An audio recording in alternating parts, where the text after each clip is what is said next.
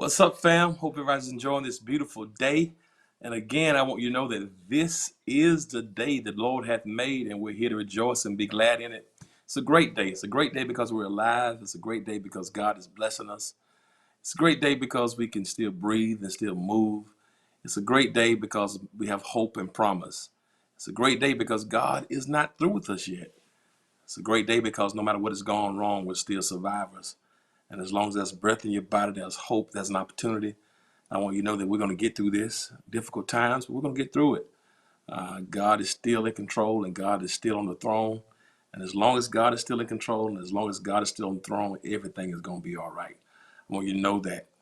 I do know that we depend on God's sovereignty to get us through, but some things are a matter of human responsibility. The Bible tells us that faith without works is dead. And one of the main concerns that people have as a result of the coronavirus pandemic is we think about how is this going to affect us financially. We've heard about the markets crashing. We've seen companies, major corporations laying off employees. We've seen restaurants affected. We've seen businesses shut down.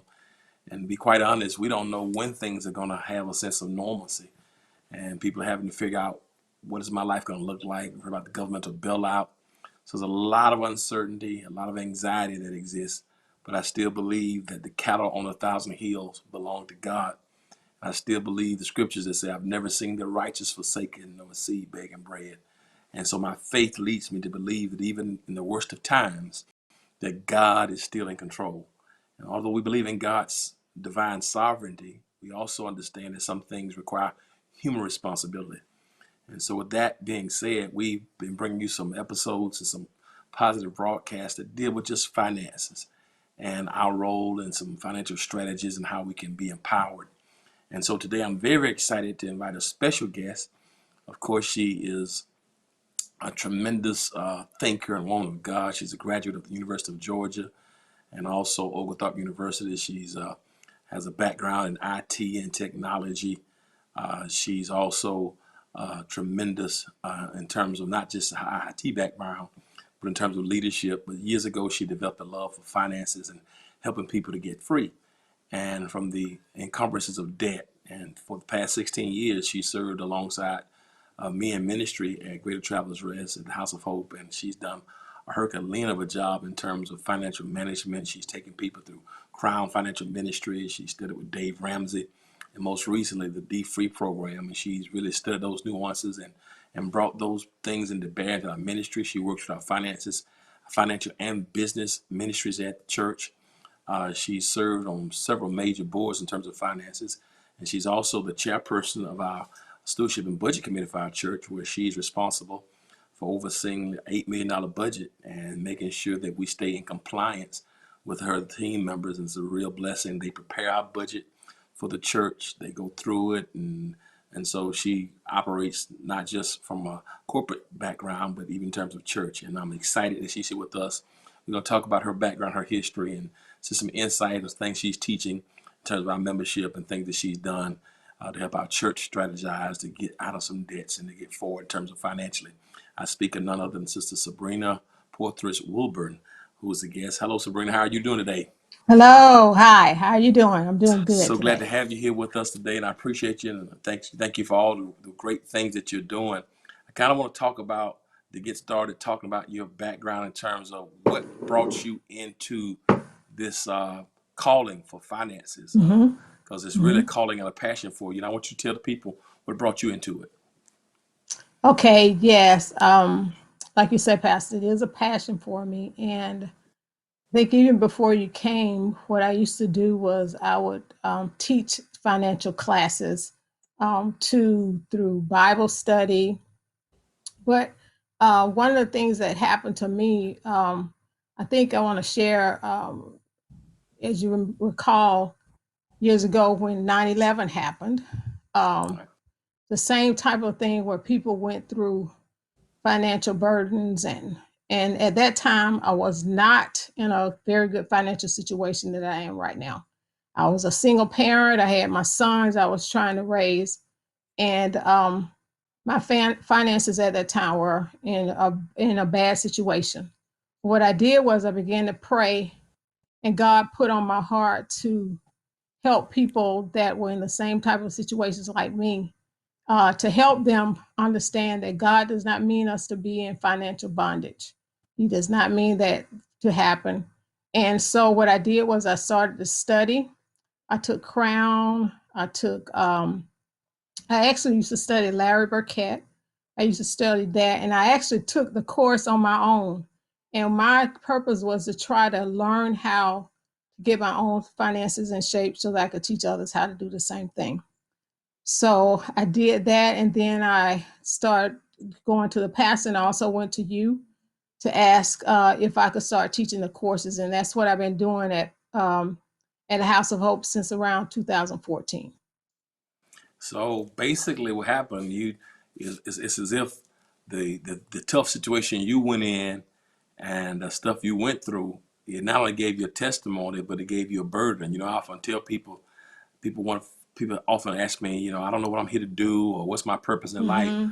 I often tell Mm-hmm. people that sometimes your burden is the thing that gives birth to your vision, and your pain Yes. gives birth to your purpose, and your misery can lead you to your ministry. So it's almost as if what you're saying is the stuff you went through is the stuff that led you to now. Is that correct? Yes, that's correct. And what a lot of times I tell people when I'm teaching the classes is I don't teach the classes because that I'm an expert or I had it right all the time. I'm actually teaching the classes because I did it wrong for a long time. I think my problem was I wasn't a big spender. I was on the opposite side of it. I was more of I guess you call I was more of a hoarder. I held on to money, but what happened was I think God taught me that I was trying to make money um, more than Him. I actually Mm. thought that money was the root of happiness, or that money was the thing that provided me with security.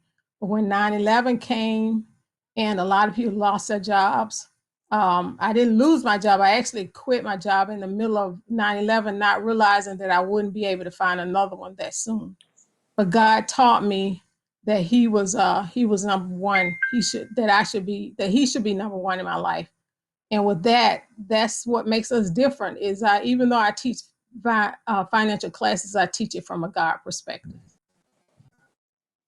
I got you. Well, talked about what happened with you.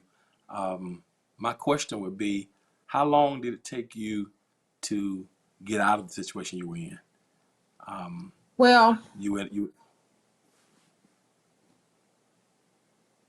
go ahead. go ahead. Hmm. Well, what happened was when 9/11 happened. Um, I tell people right now, this is things like this happen is a perfect time to start trying to write a plan. And what I did was it took me during that period of time, I was not working for about 3 months. And it took me, what I did was I started writing a plan down. And it took me about, I wrote actually a 3 year plan. And it took me about 3 years to actually get my finances back on track. I eventually did get another job. But what I did was I started following that plan. And I still have that plan. And sometimes I share that plan in my class. I had a 3 year plan, what I wanted to have to do after 3 years, what I wanted to do after 5 years, and what I wanted to do after those 5 years. But it took me about 3 years to get straight. So when people come to your class on Sunday, and I've Mm-hmm. been blessed to see a lot of your graduation exercises. I want to talk about, we had Dr. DeForest Soares on program last week, but I want to talk Yes. about how you became familiar with that program, D Free, and also what does that look like when somebody comes to join the Life University group, which is those who are watching Life University, that's our small groups. We have small groups Mm-hmm. at the church, and Financial Freedom is one of our small groups. So I want you to tell me Mm-hmm. about how did you come into the knowledge of Dr. Soares and D Free. Okay, that's a good story. But what happened was when I decided that I wanted to teach the classes, I actually went to the Benton. Actually, went to I had chosen to teach Crown, so I went to Benton. He's actually was part of the marketing group back then, and I said, and some of the church staff. I said, I want to teach a class and I want to teach Crown. But Benton looked at me and he said, well, you know what? That's good, Sabrina, but there's a man out there that's talking about how to get your finances straight from a Black perspective, from a Black church perspective. And I want you to check him out. So when I went to YouTube, looked at Dr. Soros, and he was doing exactly what I wanted to do. He was talking about how money is a mental thing. It's not more, you got to get your mind right first. You got to understand why you're spending the way you spend. Sometimes you spend out of ignorance. Sometimes you're spending because you feel lonely. Sometimes you're spending because for status. And he talks from that perspective. So when I saw that, I said, yeah, this is something that I can talk to a Black church, because it's unique. Sometimes a Black church has unique, as we have Black people have unique situations with our money. So I was able to teach the classes, and I started with D Free, even though the other, I'm not saying anything bad about Crown or Dave Ramsey, but they do teach from a different cultural perspective, and I thought D Free fit our church better. Yeah, that's so true. I mean, some things are cultural, and although some principles can apply, culture does determine a whole lot. So when somebody comes and joins the church or joins the small group, where do they Mm-hmm. begin? What are some of the things that you teach them when they join your ministry? Well, the first thing we talk about, because I told you, like we say, we try to understand why you spend the way you spend. And then we start talking about, once you get your mind right and you write down what are some of the challenges that's keeping you from not reaching your goals. Like, is it because you don't have enough money? Is it because you don't have it written down? So the first thing you do is, what we're going to do is sign you up for the class, and you buy a book. Now, the book that you buy, Dr. Soros' book, is probably about $10, $15. And then you come to class and you take that book, and we go through that book each week for about 9 weeks, for about 9 or 10 weeks. And we go over how you can save. We go over how you can invest. We go over how you can come up with your budget, and we go over how you can even start giving. But those classes, it's about 9 week classes, 9 weeks of classes. Gotcha. So they go through a 9 week program, and after the 9 weeks, what happens? Well, after the 9 weeks, then we have, what I tell people to do is, I think D Free is probably the first class that you should go to, because really it's more of a level of when it's just getting you started. So D Free is broken out actually into 4 different parts. So you have the 9 weeks are 4 classes apiece. So you start off with that, and after you finish with the class, then we have some follow-up with you, and we actually work with you to make sure that you're doing okay. Then after you're taking your D Free class, then you probably want to take Dave Ramsey, because we teach Dave Ramsey also. And then after the Dave Ramsey class, well, Dave Ramsey is a little bit tougher, as far as tougher on you, as far as you gotta save $1,000. You gotta get 3 months of savings together. It's a little bit tougher. And after that, then we'll teach a Crown class. And a Crown class is more of a biblical study class that you go through. So the curriculum is more or less about 3 different types of classes. The Dave Ramsey, D Free first, Dave Ramsey, and Crown. We teach those classes like that. How many weeks is the total program? So if it's 9 weeks for D Free, and then they how long does each segment last? Okay. For D Free, like I said, the 9 weeks. And then for Dave Ramsey, it's about 9 weeks also. And for Crown, it's about 10 weeks. So we tell people, though, if you want to take, like, for instance, what we do is we teach the D Free classes maybe twice a year. So we teach it in March, and we might teach it in October. And then that next year, you can go and take the Dave Ramsey classes, and we'll teach those again at a different time frame. So the time frames are different depending on how much interest we get. And then the smaller classes, usually we take crown classes, and we teach that also within the year. So it all depends on what you do. Is you can look at, we usually do the market, do marketing on which time the classes are going to be offered. But it's all during the year that we offer the classes. Great. Can you tell me about some of the success stories that you had as a result of the classes? Yes, we've had some people in the classes. We've had one people in the class that actually whose credit score, they started the class and their credit score starts maybe about 500. We've had some people whose credit score has gone up as high as 800 on that after they've taken the classes. We've had police people that could not buy a house before taking the classes, followed the principles, and been able to buy a house. We've had people to start saving, um, starting to put money into their savings. So a lot of times we teach all, the principles that we teach really make people to allow people to progress further in their finances. Another thing that we do too is we offer one-on-one budgeting. A lot of people don't know at the church that if you have, some people don't like to go to a class. They would prefer to be able to talk to somebody one-on-one. And we have people in our classes that will actually sit down with you and do a budget with you. And if you like, I'd also explain that process a little bit to you. I But we remember do. coming to something that, go ahead. Sorry. Go ahead. Go ahead. You go ahead. I remember coming to a fellowship or reception that we had once, and Dr. Sora's brother came in. What was that? We celebrating? Was a celebration of the completion of the class? What exactly was that? I mean, we had dinner on Sunday after church. Can you explain that? Yeah. Yeah, let me tell you what happened. But Dr. DeSoris actually has saw how well we're doing with the D free at our church, that he actually chose us to do a case study.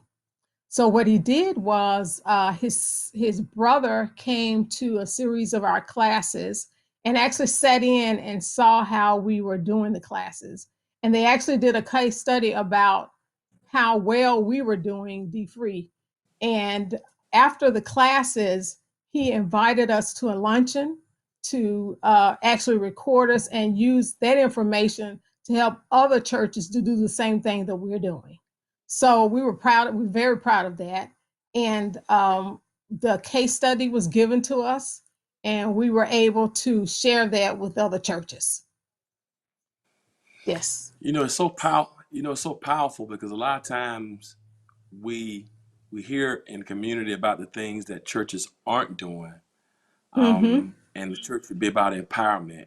And what I love about what you offer and what our church does as a whole too is we offer things that can empower people. I mean, for instance, Mm-hmm. all those stories that you just talked about, the success stories, those are people who came to class and didn't have to pay anything, but Right. because we provide the ministry opportunity for them. Now, as you said, I know Derek. I know he's talked about eliminating. I mean, $25,000 people eliminating multiple thousands, $25,000 in debt. After taking the Mm-hmm. class, you've spoken about people's credit scores going about 300 points. People buying homes. I've heard those stories over and over and over again. But I think it's good that you're offering this to the community for free in terms of Yes. Life Yes. University. So can you talk about that? Yes. A lot of people. A lot of times when people, somebody can call the church. We had lots of married couples. They have called the church and say we want to have financial counseling, and they are very surprised to understand, to know that we offer this for free. I have people on my team that have gone through D free, are doing very well with their budgeting, that are for free sitting down with you and going over your budget with you. And we spend it about, actually what we'll do is we'll actually, if you call in, say for instance you don't know where to get started, you absolutely don't know where to get started with your budget, call in to the church, say, hey, I need some help. we will schedule, the way that I do it is I schedule 4 months to work, sit down with you. The first month we talk about why are you, why, how did you get this in this situation? Maybe not how, but what situation are you in? Because we're not here to judge you at all. We're here to help you. You tell us what are you doing? What have you been? What has been happening to you financially? The next month we go over, help you create a budget that you can follow. And then that next month we actually walk with you through that budget to make sure that you understand it. And then the next month we help you monitor that budget. If you want to continue talking to me about the budget, talking to us about the budget, you can, but at least we want you to go through 4 months of free time. Free time. We give up that time. We'll meet with you maybe on a time that's convenient for you. If you are the type of person where you work during the daytime, and you can meet with us on an evening, we'll make time for you on the evening. If you can't meet with us on a weekday evening, we'll even meet with you on a Saturday morning. But we've done that with different couples and families, and I say we've had at least about, I say about 200 people go through our class. We're a huge church. That's a lot of people, but we can do it for even more people. But we do that for free because we have a heart. Most of the people that teach my class have a heart for people, and they want people to get out of their financial situations that are hurting them. Our number one goal really is to make money a number two worry in life, and make Christ the number one in your life. Wow. You talked about married couples and you coming out of a divorce, taking Mm-hmm. being divorced and raising your boys as a single mom, and going through that hardship 9/11, and Mm-hmm. you recently, a couple years ago, got married. I want to Yes. talk to you about that because I think that's a very, very key thing. And Yes. you got married after being independent for a long time. Uh, what Yes. kind of what kind of strategies or what kind of counsel or advice would you give to people, couples, whether they just getting married, whether they've been separate, people just getting married, that, coming Mm-hmm. together, they've been independent. What kind of just marital advice from a financial perspective would you give to couples right now? Well, the first piece of advice I give women, it was very hard for me to um, share my finances with my husband because I had been doing it on my own the whole time. But going into a marriage without sharing your financial situation can be detrimental to your relationship, not maybe in a way that it's going to destroy the relationship, but it does cause some issues. So I have some lessons that I learned. My husband is very, very good financially. That was one of the things that I was blessed with, was that he had his act, he had it going on, but it was very difficult for me to share all of the mistakes that I made. So my first word of advice to somebody getting married is sit down and make sure that you've talked through your finances.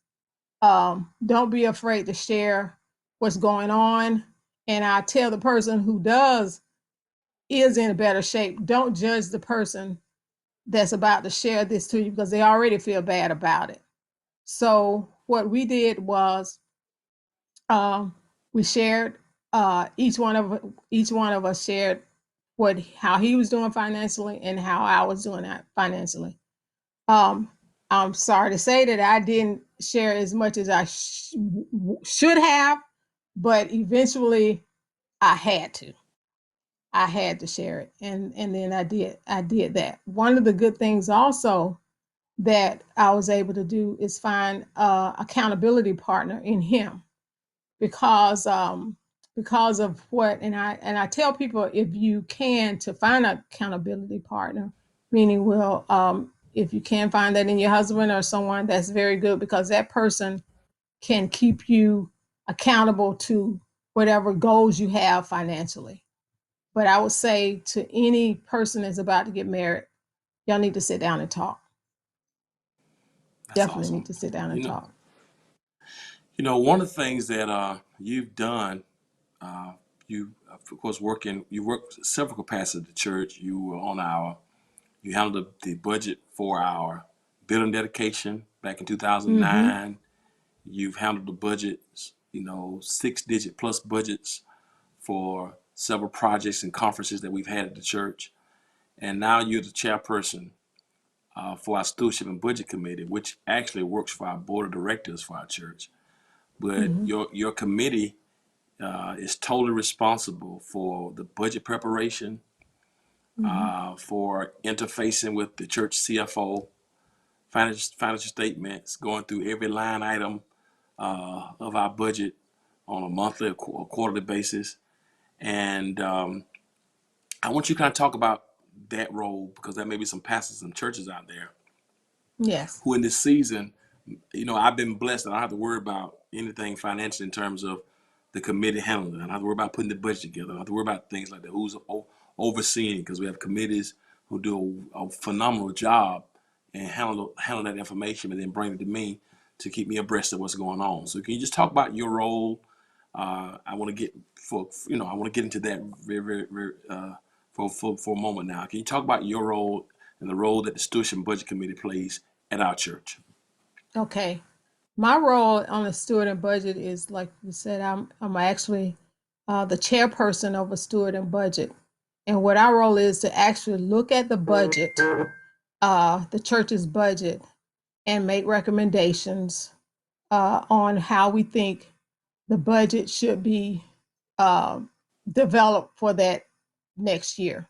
Like, for instance, we're in 2020 right now. What we did for a whole year was look at the budget to come up with the budget to present to the church to propose how we should be spending our money for 2020. I it's a major responsibility to actually look at every line item that the church is spending, and our goal is to make sure that the church has enough money to do the things that they're doing, and also to propose to the church how that money should be spent. We meet actually last year. I actually was a mentee to the chairperson of the board, which was Mrs. Etna Fleming. And I actually watched and looked and observed what was happening. And then when it was my time to become in charge of the budget, I actually went through the budget and I just prayed about it. I said, Lord, how should we treat this money? How should we allocate this money? And we actually went line by line, looked at every item that the church spends its money on, and tried to make the best decision for how that money should be spent. Um, then during the year, once we get that budget, we actually meet and monitor that budget to make sure that, and it's just like having your own budget at home. You say you were supposed to spend $1,000 a month.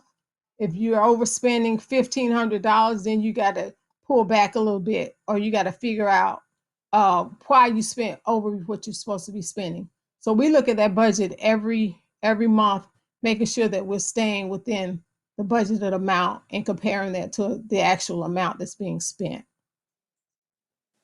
Um, Well, since you keep going, please. Please keep sharing. yes, go ahead. Go ahead. No, I want you to keep sharing. Yeah, and I think one of the things that I did was, as part of the budget this year, was I came up with some goals for us. I know Pastor Smith has some things that we want to do: the parking lot, we want to do the roofing, we want to do, and all that has to be part of the budget.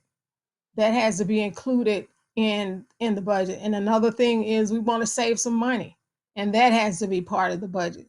So the same way that you have goals for your house, your roof, your air conditioner, the same way that you have money that you want to save, that's how we treat the budget, the same way. Well, since you've been a part of that committee and working with everybody else, I think we've eliminated probably $1.5 million in debt probably the last two and a Mm-hmm. half, 3 years. And I think it's because of how y'all are looking at it with a fine tooth comb, every line item, going through it, making those suggestions, and finding ways that we can still do ministry, but also you know, put ourselves forward financially. And I remember one of the meetings that I went to, you talked about how you saw, the budget preparation in your role was sort of like similar to what Nehemiah was doing when Yes. Nehemiah had a project to build a wall. I don't know if I'm probably catching you off guard Yes. with that, but can you talk about that for a moment if you can? Yes, yes, and a lot of people don't know Nehemiah. The book of Nehemiah is a great book that talks about leadership. And Nehemiah had a goal, and his goal was to rebuild the wall. He found out that the wall had been torn down, and that he had a heart for his people. So he needed to pray about it, and he wanted to actually go back to his homeland and rebuild the wall. But what it talks about is how Nehemiah prayed about this vision that God had given him and how he went about making that vision happen. And I use that the same way to reach my goals. I actually teach that in the class about how you can reach your goals. And what Nehemiah did was, first of all, and I use a little acronym, uh, I think it's, yes, acronym that rhymes in it, and it fits with the word, not rhymes, but it fits with the word, with prayer. The first thing Nehemiah did was he prayed about that vision that he had, uh, to rebuild the wall. And that's what we're going to do. We pray about what we need to do with our budget. The next thing he did was he received the vision from God. God told him what he needed to do. That's what we need to do. We need to receive the vision about our own finances. God wants us to get our finances straight. He wants us to do the things that we need to do. Then you need to ask, um, uh, or act upon, or ask other people, or tell other people about what your vision is. And that's what I did with the budget committee. I shared with the budget committee about what I felt was some of the goals that we needed to have for our budget. The next thing is why. You need to yield to others. And that's a big part of it. Looks like in your own household, when you're praying about your finances, sometimes you gotta yield to the people in your house and let them know that this is what we gotta do. Your children, your spouses, this is what we gotta do. And that's what I call yielding to others, getting other people's help on what you need to do. And I suggested with our budget committee that each one of the people in our budget committee actually take a part of the budget and study that budget. So if Deacon Mills wanted to look at the maintenance part of the budget, that was his responsibility.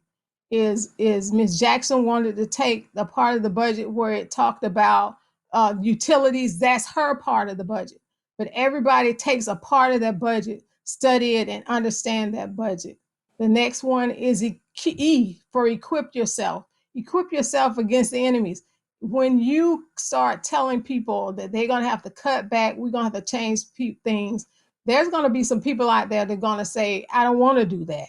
Or there's going to be some people that are going to say, you can't do that. But so you have to equip yourself against the enemy when they start telling you can't do the things that you know that you got to do for the church. And that's the same thing for the church, because taking the responsibility for the budget is a big thing. And there's going to be a lot of things that we can't do that we ordinarily want to do. And the last thing, when the budget is, when your goal has been met and everything is done, then you rejoice because you understand that God is the one that made this happen, and you rejoice. So I use that as a guide for myself, the book of Nehemiah, for what I need to do with my finances and with the goals that I want to meet with my finances.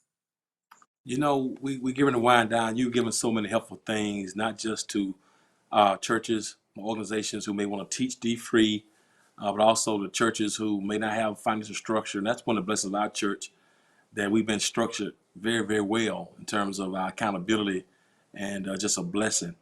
But there's somebody right now who may be fearful about their finances because of this pandemic. And really, we haven't seen Mm-hmm. anything like this. Really, the only thing that compares to this for me would be probably Hurricane Katrina and 9/11, when the Mm-hmm. stock market, when everything, when the economy tanked back in '08 and 9/11. But if you could offer a word of encouragement to people right now who are scared, who are frustrated, who are like you were after Mm-hmm. 9/11, out of work, they don't know what's going to happen. I want you to give a final word of encouragement to those people right now who don't know what to do financially Mm-hmm. as a result of what's happened with this coronavirus. What would your word of encouragement be to those people financially? Well, I think about in the one of the things that I know is God talks about money in the Bible probably about 200 times in the passages. But one of the things that he always tells us is that he'll never forsake us. He'll never leave us. He tells us that he tells us that we'll never go begging for bread. He tells us that we don't have to fear. He tells us that he'll always take care of us. So we're going to get through this, just like we got through 9/11. And I tell people, you're going to get through it. It's going to be okay. But just hold on to the promises that God will give you and also use your own wisdom. Sit down right now and start writing down your finances and make a plan, because that's what I did. When 9/11 happened, I was in bad shape, but I had to make a plan and I made that plan. So the next time something happened and I made it through, and the next time something happened, I had a plan already placed and I was able to use that plan right now for this pandemic. Sabrina, you've been helpful as always. You are an incredible blessing to your husband, one of our deacons, Deacon Wilburn. You've been a blessing to our church family. You're a blessing to all your students. You're a blessing to our committees, our board, and our church. And where you work, wherever you serve, you are a resource. And I want to thank you for coming on and sharing. And you share very practically. And if somebody wants to get in touch with you about what you did at D Free, could somebody, I guess they can reach out to your social media. If somebody want to contact you about how you appropriate D Free, or somebody want to get into our classes, would that be available for them? Yes, yes. Another very good way to reach me is at my Facebook. You can look Sabrina Wilburn on my Facebook account. You can also call the church.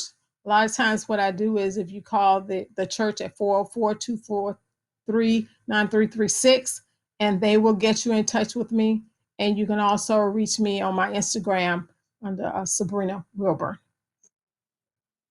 Sabrina, thank you for everything. I appreciate you. I feel empowered and encouraged, and I know the things you've done for our ministry and that you've done for hundreds of others in our community. And I want to thank you for that. Family, I hope Thank you've you. been blessed by this segment of the Financial Freedom broadcast as presented by the Hope TV of the House of Atlanta.